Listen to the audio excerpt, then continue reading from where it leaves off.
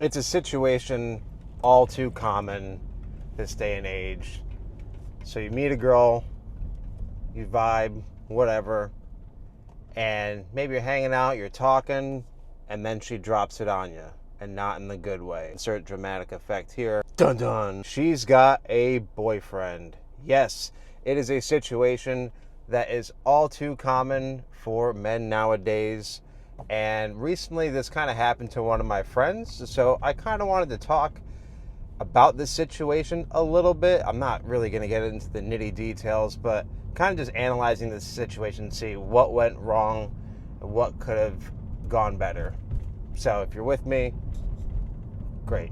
So let's go. First off, so she meets a girl out and it's at a place that he frequents, right? They start talking. He's talking more and more. So this is spanning over a couple weeks and whatnot. And then he tells me like, yeah, so it turns out she said like he went to go actually invite her out on a formal date. And that's when she dropped that she had a boyfriend. Now, at this point, they had already been hanging out, right? They were already out doing things. I don't know the details of the hangouts, but hanging out, and then she just dropped that bomb on him, which this is biggest thing. If you're dealing with this, are you tired of girls always having boyfriends after you've taken them out and tried to do things or whatever? Are you tired of always coming second to somebody that, of course, doesn't treat her right? Have you tried being upfront?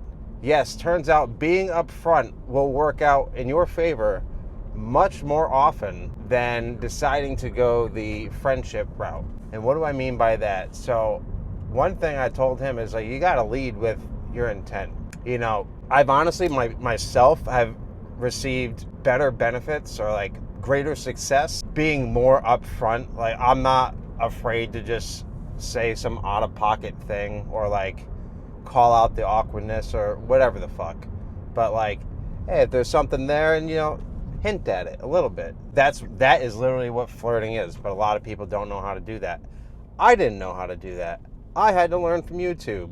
Turns out it actually wasn't that bad of a teacher. Good thing with that is it's a skill that we can certainly build upon. Now, I don't know what the hell he was doing, but it's a skill that we can certainly build upon and is super important to be upfront if you don't want to be someone's friend. Like if this is a pure romantic interest, make it that from the get-go. Ask the girl or the person out like shortly. You don't need to wait a certain amount of time before asking somebody on a date.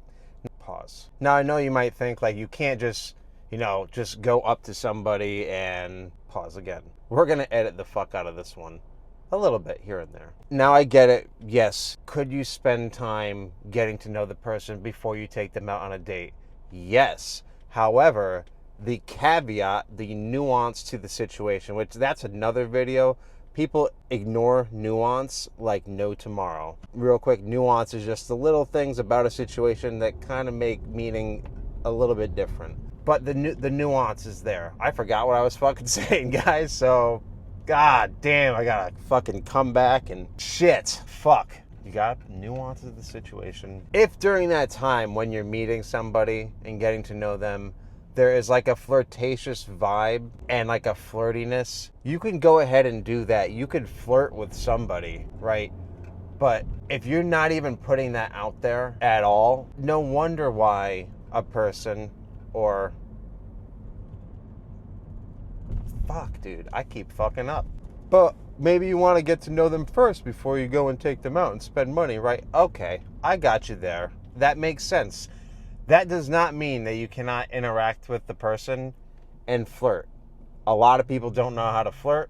I just said that. I had to learn myself. It is what it is. But as long as you maintain that flirty vibe, then you don't really need to rush that date, but you're also not communicating just straight friendship. I would argue that it is important to flirt because how your flirting is being received can give you a lot of information about how that person feels and whether or not they're interested. You know, the guy that girls complain about is the guy that can't take a hint, or yeah, I'll say can't take a hint. And what they mean by that is like he's not picking up on my cues of disinterest. In that the person is only fixating on what he wants, trying to take the woman out, and he's ignoring all of her body language. That's what they don't want, right? We don't want to do that. You also don't want to be a creep. If your advances aren't welcomed, hey, move on. There's plenty more. Leave people alone that want to be left alone. People that don't, all right, they'll be more receptive and they'll engage with you. That not just out of like, okay, yeah, cool, great, yeah. They'll actually be engaged. They might even ask you a question. So be prepared for that. But all that's to say is that you need to kind of be looking out for some signs. And which, in this situation, he very well may have been receiving signs. And that's the thing that people don't necessarily talk about, or it's not the coolest thing to talk about, because this girl certainly has some accountability in this situation too, because she full on knew that this person, she knew that he was interested. She knew she had a boyfriend, but she continued to play along anyway. Now, a girl isn't always going to disclose whether or not they have a boyfriend. Shocking. They might like the attention that they're getting from not only their boyfriend or not getting from their boyfriend, but from you right now, what you're doing is working for what they're needing. So they will accept that attention, that the flirting and the self-esteem boost that your attention provides, full on knowing that they have no intention on leaving their partner or really taking this advance or whatever's going on with any level of seriousness. Kind of selfish. A little bit. We got to be able to say that things like that are selfish. She didn't owe him anything, but what she did owe was her boyfriend the respect of not entertaining going and spending time with this dude who is into her, just to, as soon as he makes it a date, then you're going to declare, oh my God, no. There's wrongdoing on both sides in these situations, right? So had my friend just been upfront and said, hey, look, like, I think you're cool. We've talked a couple times. Let's go out, right? If at that moment she was like, no, I have a boyfriend. All right, now he just saved all of this time that he would have spent talking with her and being her friend. And it's not bad to be a woman or anybody's friend. The point is being a friend when that is not your intention or goal. That's where the problem lies. You have no desire. If you have no desire to be friends with this person, then if they reject you, or what the fuck was I saying? If you have no intention of being friends with this person and you just want to date them, or if romance is the goal, then that is the energy you bring to the table. Don't switch it up later on because it's not genuine, first off. And then secondly, 99% of the time, it does not wind up the way you think it's going to or the way you hope. And you're going to wind up, if you did want to be friends with that person, you're probably going to ruin that friendship.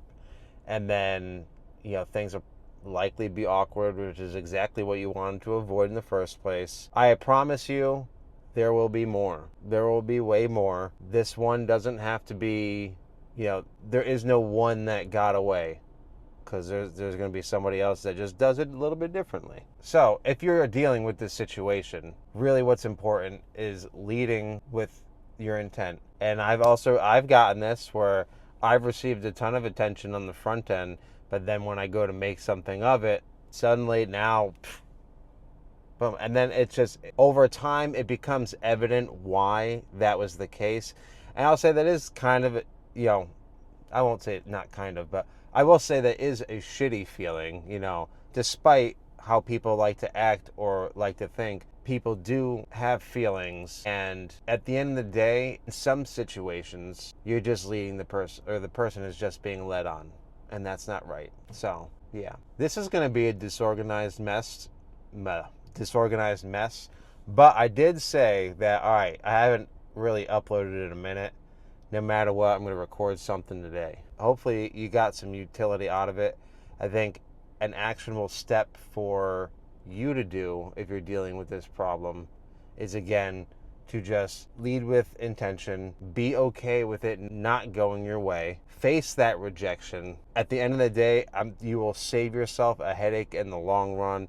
You will never stop getting disappointed. Like, that's just a fact of life. People will disappoint you at some point, and that's okay. Nobody's perfect.